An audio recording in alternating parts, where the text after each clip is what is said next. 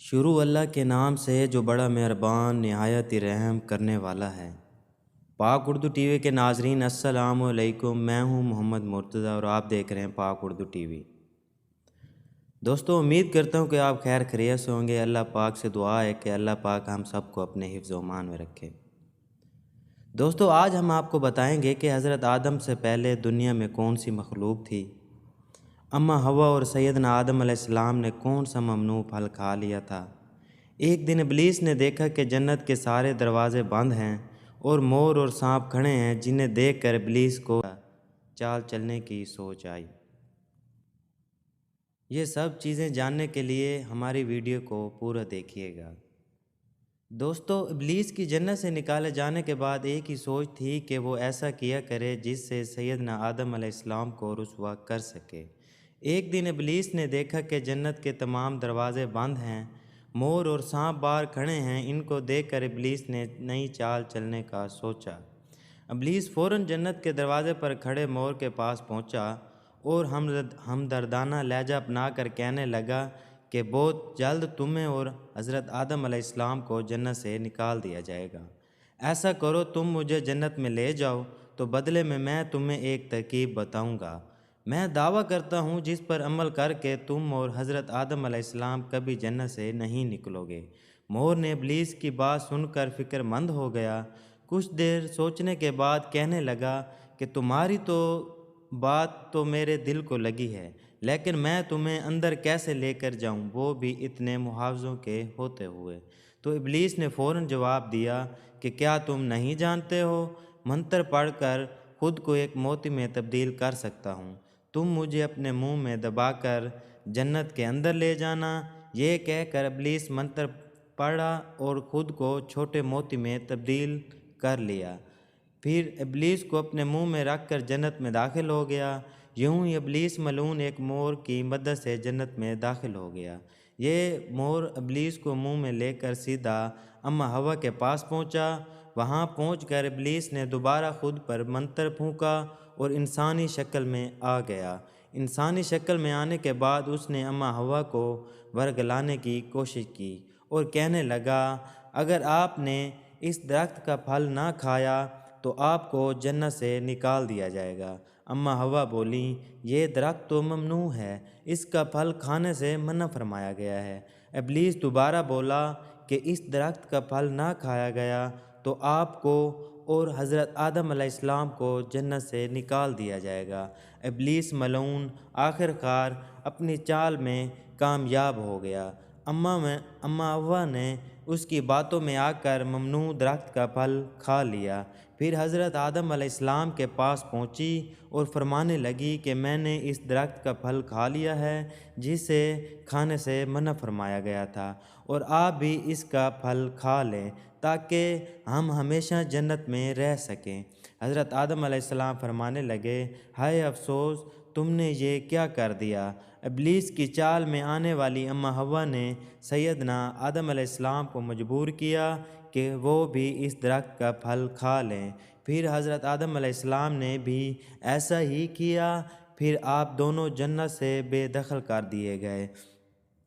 مور یہ سارا معاملہ دیکھ رہا تھا، کیونکہ مور بھی ابلیس کی مکر میں آ گیا تھا، اس لیے مور اور اس کا ساتھ دینے والے سانپ کو بھی جنت سے نکال دیا گیا۔ یوں سیدنا آدم علیہ السلام، اماں حوا، مور اور سانپ جنت سے اتر کر زمین پر آ گئے۔ سوال یہ پیدا ہوتا ہے کہ اماں حوا اور سیدنا آدم علیہ السلام کے زمین پر اترنے سے پہلے یہاں کیا تھا اور کون سی مخلوق آباد تھی، اور دنیا کیسے وجود میں آئی تھی، اور جنت اور آسمان کی تخلیق کیسے کی گئی تھی۔ دوستو، جو ممنوع پھل تھا اس کے بارے میں کہا جاتا ہے کہ وہ گندم تھا۔ اس گندم کو پھر انسان کی خوراک بنا دیا گیا، اور انسان بھی اب بھی گندم کی طلب میں رہتا ہے اور گندم کھا کر اپنے جسم کو طاقت فراہم کرتا ہے۔ اور اب بات کرتے ہیں مور کی، تو وہ میرے رب کی بہت پیاری تخلیق ہے۔ اس کی خوبصورتی دیکھ کر انسان اس میں مگن ہو جاتا ہے، جس طرح اماں حوا ابلیس کے فریب میں مگن ہو کر گندم کا پھل کھا بیٹھی تھی۔ جب حضرت آدم علیہ السلام، اماں حوا مور اور سانپ کو زمین پر اتارا گیا، سو اس وقت یہ زمین بچھی ہوئی تھی۔ اب سوال یہ پیدا ہوتا ہے کہ اس وقت زمین پر کیا تھا؟ اس وقت اللہ کا فرمان یاد آتا ہے کہ ہم نے زمینوں آسمانوں کو 6 دن میں تخلیق کیا ہے۔ ایک جگہ ارشاد کی ہے کہ اس زمین پر پہلے کچھ بھی نہیں تھا سوائے پانی کے۔ تو دوستو یہ معلوم ہوا کہ اس زمین پر آباد ہونے سے پہلے پانی ہی پانی تھا اور کچھ نہیں تھا۔ پھر اللہ تعالیٰ نے زمین کو پانی پر بچھایا۔ اگر بات کریں تفسیر کی تو یہ بات بھی سامنے آتی ہے، جب اللہ نے زمین کو پانی پر بچھایا تو یہ زمین ہل رہی تھی۔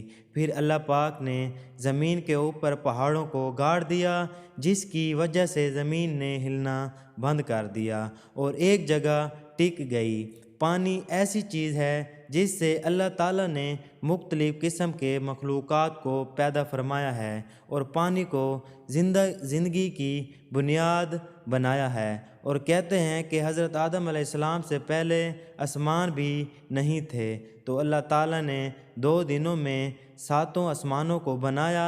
آسمانوں سے پہلے صرف دھواں ہی دھواں تھا اور کچھ نہ تھا۔ پھر اللہ تعالیٰ نے دھوئیں سے آسمان بنائے۔ جب اللہ تعالیٰ نے آسمان تخلیق فرمائے تو اللہ تعالیٰ فرماتا ہے کہ ہم نے آسمانوں میں ستارے کی مانند چراغ روشن کر دیے، یعنی آسمان دنیا میں اللہ تعالیٰ نے ستاروں پیدا فرمائے جو رات کو چمکاتے ہیں۔ یاد رہے کہ اللہ تعالیٰ نے 4 دنوں میں زمین اور اس کا سارا نظام بنایا۔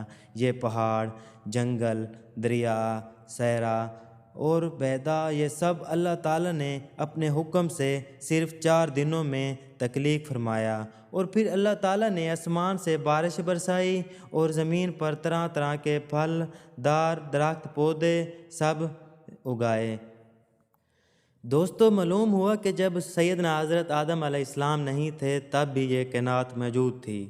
جب حضرت آدم علیہ السلام کو اللہ تعالیٰ نے پیدا کرنے کا ارادہ فرمایا تو اللہ تعالیٰ نے اس کائنات کو تخلیق فرمایا، اور جب حضرت آدم علیہ السلام کو پیدا فرمایا تو اللہ تعالیٰ نے پہلے تو ان کو جنت میں رکھا، پھر ابلیس ملعون کی چال میں آنے کی وجہ سے سیدنا حضرت آدم علیہ السلام کو جنت سے نکال کر زمین پر بھیجا۔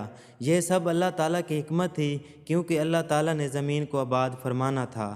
دوستو روایات میں یہ بات ملتی ہے کہ یمن سے کچھ لوگ خاتم النبی حضرت محمد صلی اللہ علیہ وآلہ وسلم کی خدمت میں دین سیکھنے کے لیے حاضر ہوئے، تو انہوں نے یہ سوال کیا کہ یہ کائنات کیسا پیدا ہوئی، جس پر آپ حضرت محمد صلی اللہ علیہ وسلم نے فرمایا کہ جب یہ کائنات موجود نہیں تھی تو تب اللہ تعالیٰ کی ذات موجود تھی، تب اللہ پاک کا عرش پانی پر موجود تھا۔ اس کے بعد اللہ تعالیٰ نے آسمانوں زمینوں کو پیدا فرمایا، لوح محفوظ میں ہر چیز کو لکھ دیا۔ دوستو اللہ تعالیٰ کی ذات تب بھی موجود تھی جب کچھ نہ تھا، جب ہر طرف پانی ہی پانی تھا اور دھواں ہی دھواں تھا، اور اللہ تعالیٰ کی ذات اب بھی موجود ہے اور ہمیشہ موجود رہے گی۔